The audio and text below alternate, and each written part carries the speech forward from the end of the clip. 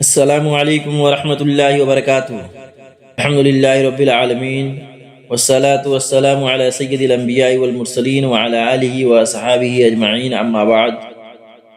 سامعین کرام، آج کا موضوع ہے مخلوق کی ایسی اطاعت حرام ہے جس سے خالق کی نافرمانی ہو کے متعلق چند احادیث سماعت فرمائیں۔ سب سے پہلی حدیث حضرت علی رضی اللہ تعالیٰ عنہ بیان کرتے ہیں کہ نبی صلی اللہ علیہ وسلم نے ایک لشکر روانہ کیا اور اس کا سالار ایک انصاری شخص کو مقرر فرمایا۔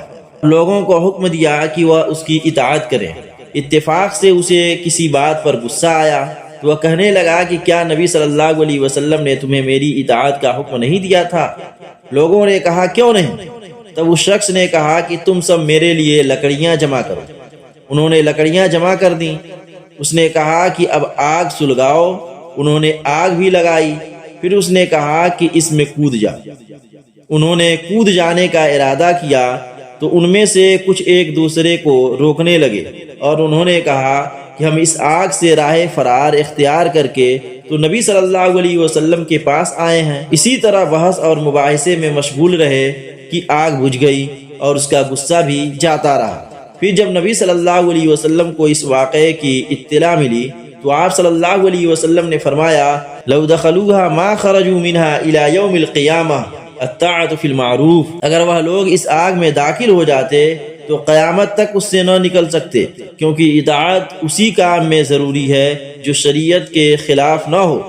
دوسری حدیث حضرت عبداللہ بن عمر رضی اللہ تعالیٰ عنہ سے مروی ہے کہ آپ صلی اللہ علیہ وسلم نے فرمایا السمع والطاعۃ علی المرء المسلم فیما احب وکرہ ما لم یؤمر بمعصیۃ فَإِذَا أُمِرَ بِمَعْصِيَةٍ فَلَا سَمْعَ وَلَا طَاعَةَ۔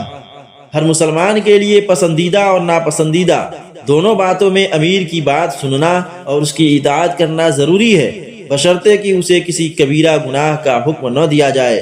اگر اسے گناہ کا حکم دیا جائے تو وہ اس وقت اس کی بات نہ سنے اور نہ ہی اس کی بات مانی جائے گی۔ مخلوق میں سے حکمرانوں، والدین، علماء، اساتذہ وغیرہ سب کی اطاعت اللہ تعالیٰ اور اس کے رسول کی اطاعت سے مشروط ہے۔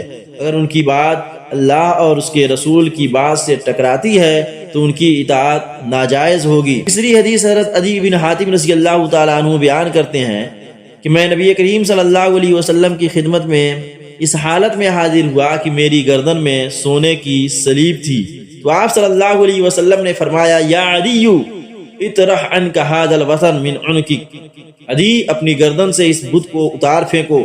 چنانچہ میں اسے اتار کر آپ کے قریب ہوا تو آپ سورہ برات کی اس آیت کی تلاوت فرما رہے تھے اتخذوا احبارهم ورهبانهم اربابا من دون اللہ۔ انہوں نے اپنے علماء اور مشائخ درویشوں کو اللہ کے سوا رب بنا لیا تھا۔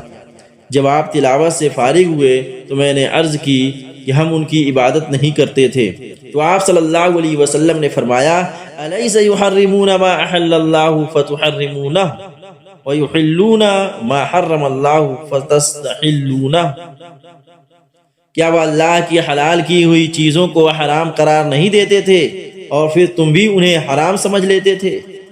اور کیا وہ اللہ کی حرام کی ہوئی چیزوں کو حلال قرار نہیں دیتے تھے اور پھر تم انہیں حلال سمجھ لیتے تھے؟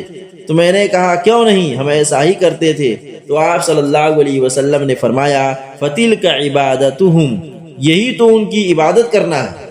یعنی حدیث کا مطلب یہ ہے کہ کسی چیز کو حلال یا حرام قرار دینے کا اختیار اللہ تعالیٰ ہی کے پاس ہے، اور اللہ تعالیٰ نے اس کا علم انبیاء کو عطا فرمایا ہے۔ اگر کوئی شخص نبوی تعلیم کے بغیر کسی دوسرے کے کہنے پر کسی چیز کو حلال یا حرام قرار دیتا ہے تو اللہ تعالیٰ کا حق کسی دوسرے کو دے دیتا ہے، اور اسی عمل کا نام عبادت ہے۔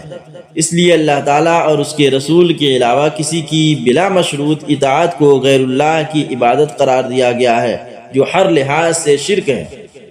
چوتھی حدیث حضرت عبداللہ بن مسعود رضی اللہ تعالیٰ عنہ سے مروی ہے کہ نبی صلی اللہ علیہ وسلم نے فرمایا کہ میرے بعد کچھ ایسے لوگ بھی تمہارے معاملات کے نگران اور تمہارے حکمران ہوں گے جو سنت کی روشنی کو بجھائیں گے، بدعت پر عمل پیرا ہوں گے اور نماز کو افضل وقت سے دیر کر کے پڑھیں گے۔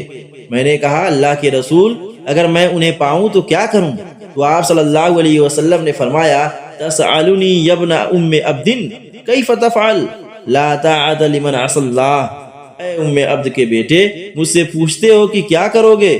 جو شخص اللہ کی نافرمانی کرے اس کی کوئی اطاعت نہیں ہے۔ کہ موسیٰ بن سعد اپنے والد سے بیان کرتے ہیں کہ قرآن مجید میں ان کے حوالے سے کئی آیات نازل ہوئی۔ بیان کرتے ہیں کہ ان کی والدہ نے قسم اٹھائی کہ وہ اس وقت تک ان سے بات نہیں کریں گی جب تک وہ اپنے دین یعنی دین اسلام سے انکار اور انحراف نہ کریں، اور نہ کچھ کھائیں گی اور نہ ہی پئیں گی۔ ان کا خیال یہ تھا کہ اللہ تعالیٰ نے تمہیں حکم دیا ہے کہ تم اپنے والدین کی بات مانو، اور میں تمہاری ماں ہوں، لہٰذا میں تمہیں اس دین کو چھوڑنے کا حکم دیتی ہوں۔ انہوں نے کہا کہ وہ 3 دن اسی حالت میں رہیں یہاں تک کہ کمزوری سے بے ہوش ہو گئیں، تو ان کا ایک بیٹا ہوا اور انہیں پانی پلایا۔ ہوش میں آ کر انہوں نے سعد کو بددعائیں دینی شروع کر دی، تو اللہ تعالیٰ نے قرآن مجید میں یہ آیت نازل فرمائی، وَإِن جَاهَدَاكَ عَلَىٰ أَن تُشْرِكْ بِي مَا لَيْسَ لَكَ بِهِ عِلْمٌ فَلَا تُطِعْهُمَا وَصَاحِبْهُمَا فِي الدُّنْيَا مَعْرُوفًا، اور اگر وہ دونوں یہ کوشش کریں کہ تم میرے ساتھ شریک ٹھہراؤ جس بات کو تم درست ہی نہیں جانتے، تو تم ان کی اطاعت نہ کرو اور دنیا میں ان کے ساتھ اچھے طریقے سے پیش آؤ۔ ان تمام احادیث سے یہ بات واضح ہو جاتی ہے کہ اطاعت اور پیروی صرف اللہ اور اس کے رسول کی جائے گی، اور بات اسی کی مانی جائے گی جس کی بات اللہ اور اس کے رسول کی بات کے موافق ہو، اور جس کی بات اللہ اور اس کے رسول کی بات کے خلاف ہو اس کی بات نہیں مانی جائے گی، چاہے وہ کوئی بھی ہو۔ اخیر میں اللہ رب العالمین سے دعا ہے کہ الہ العالمین ہم تمام لوگوں کو کتاب و سنت کے مطابق زندگی گزارنے کی توفیق دے، آمین۔